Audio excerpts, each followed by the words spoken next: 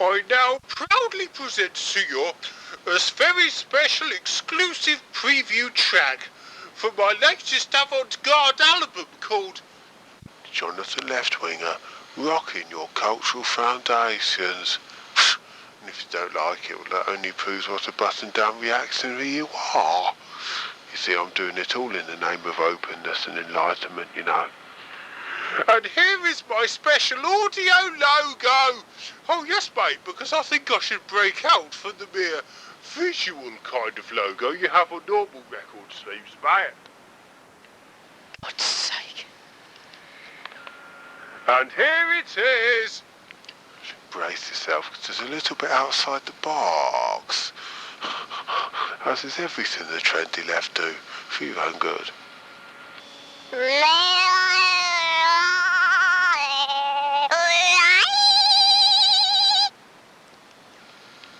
Wasn't that lovely? God's sake. Yeah, but there's more to come, mate. Oh yes, freeform is so beautiful. You don't have to bother learning anything proper. Well, why break the habit of a lifetime? Let's just cut straight to the normal introduction music. You don't appreciate me, that's your trouble. You're so short-sighted.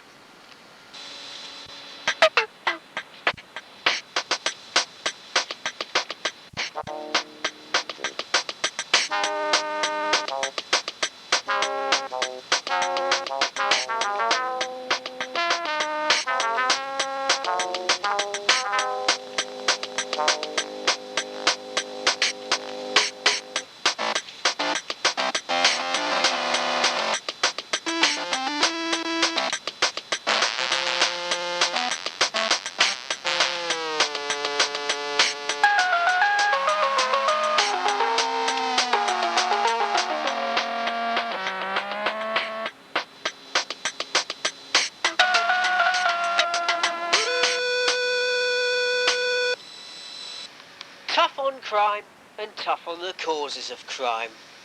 Of all the sound bites which New Labour came out with in 1997, that was probably the one above all others which swayed the public to go to the polls to bring New Labour in, to replace the by then jaded, complacent and out-of-touch Tories. Yeah, did you hear that?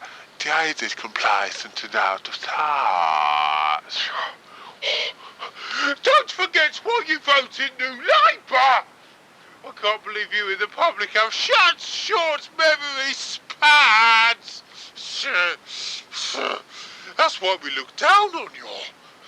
You see, you can't be trusted to hold a thought for a decent length of time. Always chopping and changing it like a bunch of bloody women. Oh my God, I've just been sexist! Excuse me while I leave the room to flagellate myself. I'm not normal. Although what is normal? See you in the minute! Can you really believe that things could only get better under New Labour? All you had to do was check out their reputations when those trendy left idiots were running the local councils. Just days after the latest vicious Islamic rioting up in Birmingham, it's been revealed that the £45 million government-sponsored anti-extremism initiative has been focused mainly on the phantom activities of the far right, rather than the ever-present real terrorist danger posed by the Muslims in Britain today.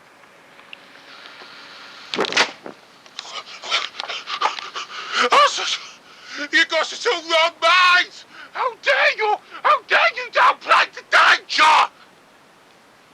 Because it has to be admitted, mate, and you just try denying it. That we've been expecting countrywide far-right sponsored riots by the likes of the National Front for the last 9 years now. And well, there hasn't been a single one, but that doesn't mean to say it's not coming. Just have faith and it'll come and we'll be proved right. Just like you got to have faith that one day trendy left liberal policies may well turn out for the best. You see? It's just a question of hoping against hope, mate, and living in a fool's paradise. If we can do it, then so can you. Vote Labour! The Daily Express, Monday, August the 10th, 2009. £45 million war against extremism is soft on Muslim youths. A multi-million-pound scheme to steer young people away from extremism will focus mainly on threats from the far right, the government admitted yesterday. Cohesion Minister Shahid Malik said the £45 million a year prevent strategy would also work in deprived white areas rather than concentrating on Muslim youth. Last night, a former government terror advisor warned ministers against going soft on the Muslim extremists in the battle against homegrown terror plots. Paul Richards said there was a risk of backsliding in efforts to stop British Muslims turning to extremism. Yeah, which is why over the years the British government has attempted to buy off their community leaders with ever greater amounts of taxpayers' money in order to keep society peaceful and safe, right? Because, I mean, as the saying goes, money can only buy you happiness. Well, it does in Labour. And if it can't, then, well, who needs the happiness? Us? Us? Well, I mean, it's... And if the extremism continues, well, it can't be because what we think happens to be wrong. Oh, no, there's nothing wrong with our ethos. It has to be the fascists! I told you it was the bloody Nazis! Because let's face it, we obsess about them so much nowadays that it can't be anything else. Because who's ever known somebody of a left-wing persuasion to ever be wrong? Not us, mate. Mr. Richards, who until June advised ministers on community cohesion, said white youth were not the main terror problem. Almost all the major recent terrorist plots in the UK had been linked to disaffected Muslim youths, he said. He added, "There is a real danger that if ministers relax the focus on Muslim youth, then it dilutes the efforts to tackle terrorism." He further added that there is also now a chance that ministers could invite the Muslim Council of Britain back into Whitehall after relations were frozen with the organisation earlier this year. Former Shadow Home Secretary David Davis accused ministers of a blatant bid to win favour among Muslim voters before the next election, by playing up to the far-right threat in the wake of the BNP's rise. Mr. Davis said, "The prevent policy was a sound policy as far as it went. It sounds like it has been watered down, not for politically correct reasons, but for political ones.